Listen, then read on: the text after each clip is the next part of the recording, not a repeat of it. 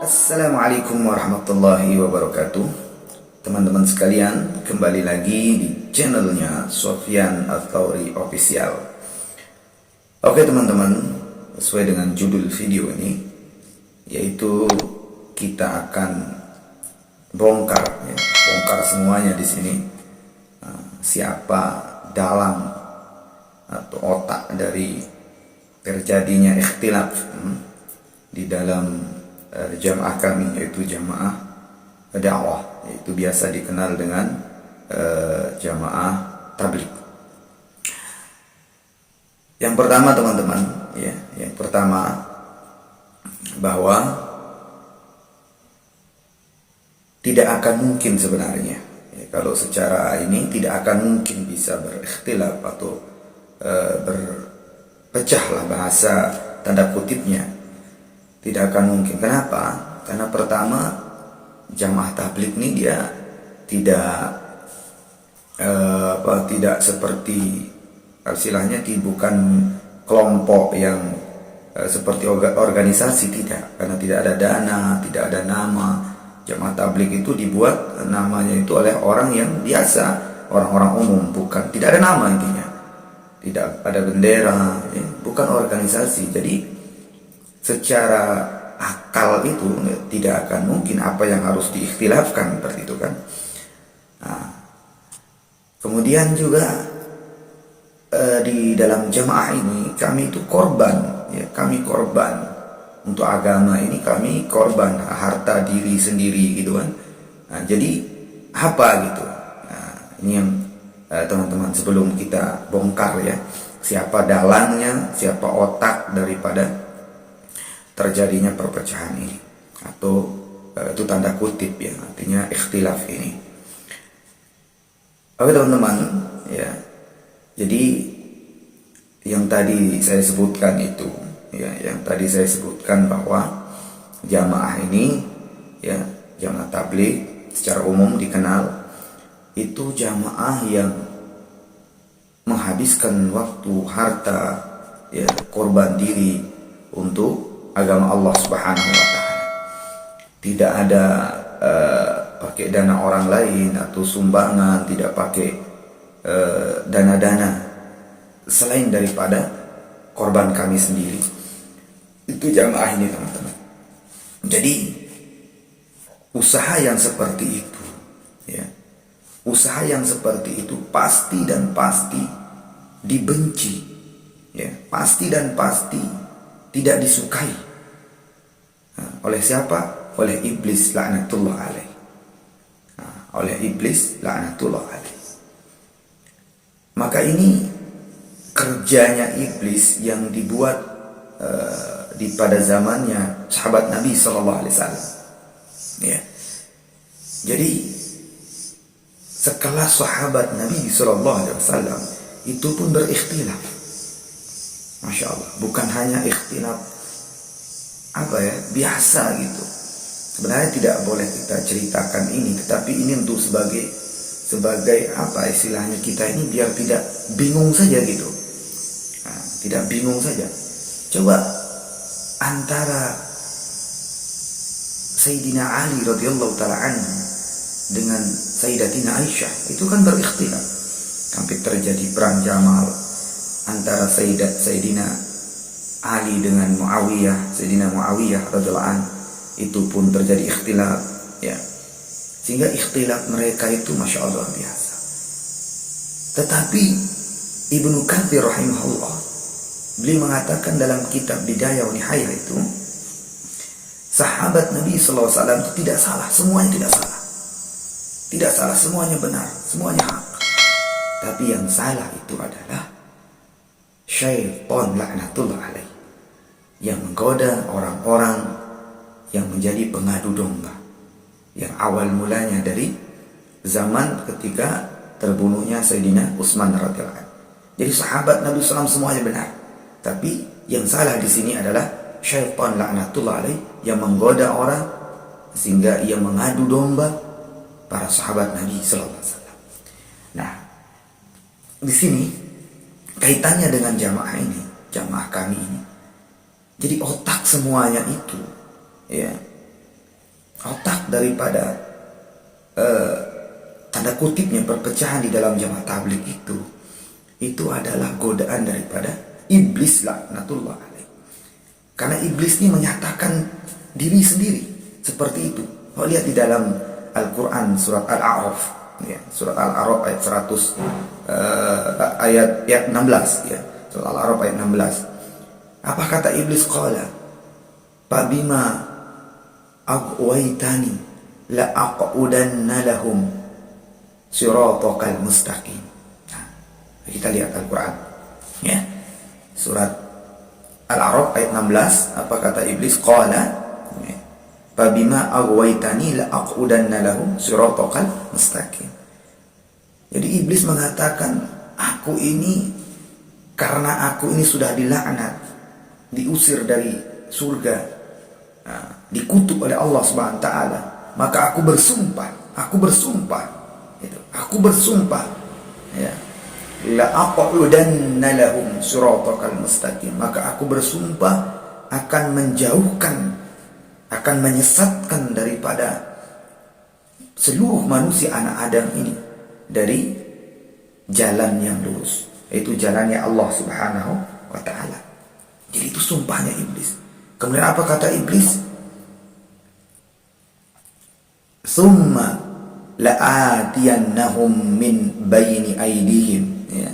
Thumma la'atiyannahum min baini aydihim wa min khalfihim wa an aymanihim wa an syama'ilihim wa la tajidu aktsarahum syakirin. Itu kata iblis. La'atiyannahum, dia akan datang kepada, saya akan datang, sungguh saya akan datang kepada manusia itu, pada Adam itu, ya. Dan min baini aidihim, ya. Dari kanan, dari kiri, dari depan, dari belakang, ya. Dia akan datang untuk apa? Untuk menggoda daripada manusia, agar manusia itu jauh dari Allah SWT. Sehingga engkau akan lihat, ya, bahwa sedikit sekali, ya, kebanyakan dari mereka itu tidak bersyukur, tidak mentaati Allah Subhanahu wa taala. Kebanyakan daripada manusia itu tersesat. Nah, ini godaan daripada iblis. Jadi otak semuanya inilah iblis. Jadi kita ini harus dewasa melihat, ya. Ini godaan iblis. Apakah kita akan terkena dengan godaan iblis? Dengan sebab daripada ikhtilaf ini kita nggak mau dakwah, kita akan jauh? Oh jangan. Ini udah jelas godaan iblis agar kita tidak menyebarkan agama, tidak dakwah. Seharusnya semakin berpisah, artinya semakin luas, atau tanda kutipnya semakin berpecahnya, semakin berarti semakin banyak markas, semakin banyak orang yang akan mengajak orang taat kepada Allah Subhanahu wa taala. Jadi kita ini harus dewasa berpikir. Dewasa dalam hal pertama, kita jangan jadikan ini sebagai pemutus silaturahim kita. Yang kedua, jangan jadikan ini sebagai pemutus kita ini tidak mau dakwah lagi. Jangan. Seharusnya ini sebagai jazbah, semangat, bahwa ini iblis nih tantang saya ini. Iblis nih mau buat ulah nih. Ya. Saya kok makin jos, makin semangat. Itu seharusnya. Bukannya kita dengan ikhtilaf ini, dengan godaan iblis, ya, sehingga kita ini tidak mau dakwah ini. Oh jangan seperti itu. Nah, kemudian tentang apa alasan, ya, sehingga saudara-saudara kami dari SA, ya, keluar dari Nizamuddin, kemudian yang Nizamuddin tetap di Nizamuddin, ya, arahan daripada Mal Sa'ad. Kemudian di Indonesia ada yang markas di Jakarta, ada yang di Medan, kemudian ada yang di Tengguru. Nah, sebenarnya ini adalah ranah internal kami, tidak boleh dipublikasi, ya. Ini ranah internal. Tetapi saya kasih bocoran bahwa semuanya baik, semuanya benar, ya, tidak ada yang salah. Kenapa? Karena ini perkara manhaj, metode, perkara uslub, gaya dakwah saja. Ini perkara furu, ya, tidak ada kaitan dengan akidah, tidak. Jadi terserah mau dakwah dengan metodenya NU, ya silahkan, metodenya Muhammadiyah silahkan, metodenya Salafi silahkan, metode apa saja kita dakwah, asalkan kita ini mengajak orang taat kepada Allah SWT. Bahkan semakin banyak metodenya SA, metodenya Nizamuddin, metodenya Temburu, metodenya Kebon Jeruk misalnya, ya silahkan, itu metode, tidak masalah, asalkan kita mengajak taat kepada Allah Subhanahu wa Ta'ala.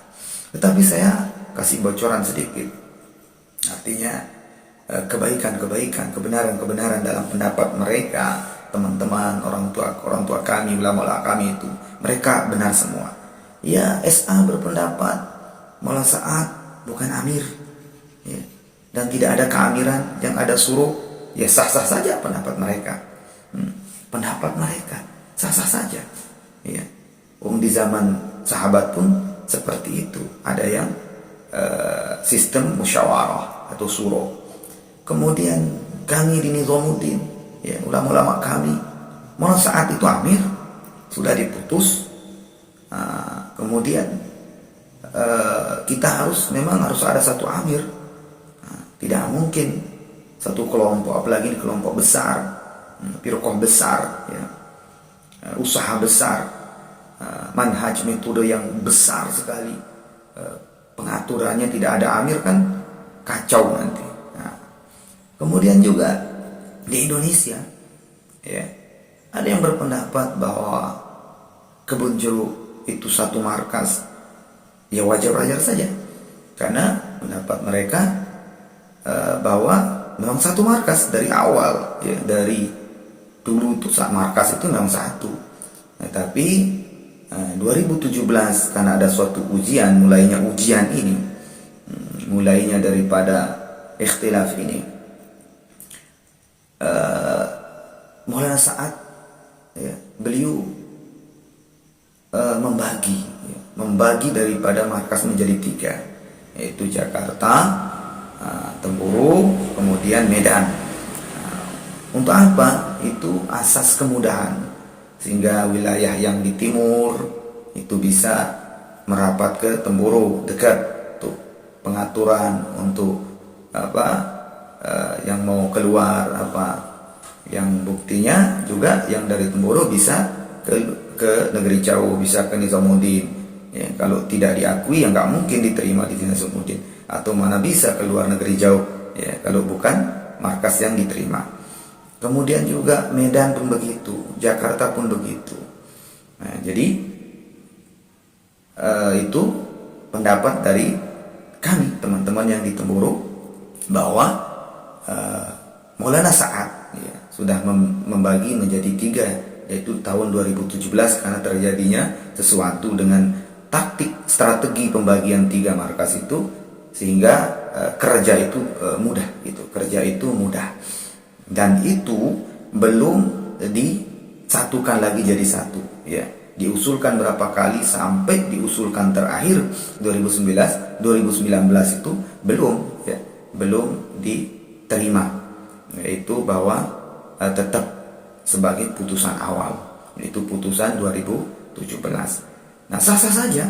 Nah, itu hal-hal furu, ya, hal-hal yang tidak menyangkut kepada sahabatal, halal haram, dan menyangkut kepada akidah, hal-hal seperti itu enggak usah diperbesar-besar, enggak usah kita permasalahkan hal seperti itu.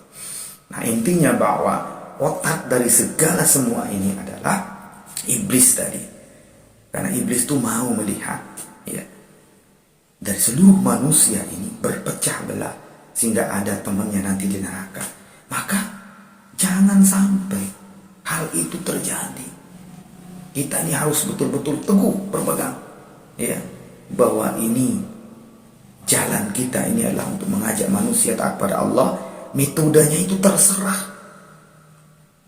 Metodenya itu terserah, bagaimanapun caranya metode itu boleh, ya, tidak ada larangan.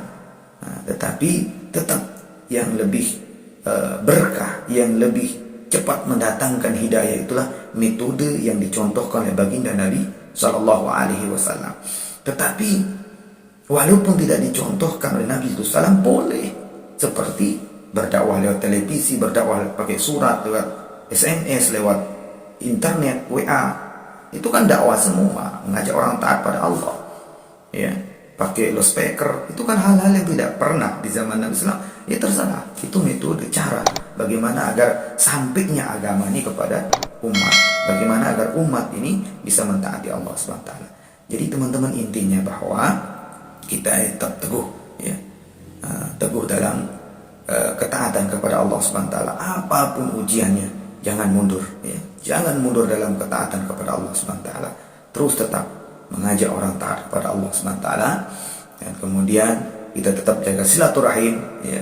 Apapun metode kita, manhaj kita, uslub kita, gaya dakwah kita, terserah mau NU, Muhammadiyah, Salafi, apapun gayanya, tetap satu tujuan kita, mengajak manusia taat kepada Allah Subhanahu wa taala. Sampai di sini videonya teman-teman. Mudah-mudahan ada keberkahan, benar dari Allah Subhanahu wa taala, salah dari ketuipan saya sendiri. Subhanallah bihamdi, subhanakallah bihamdika, asyhadu an la ilaha illa anta astaghfiruka wa atubu ilaik. Assalamualaikum warahmatullahi wabarakatuh.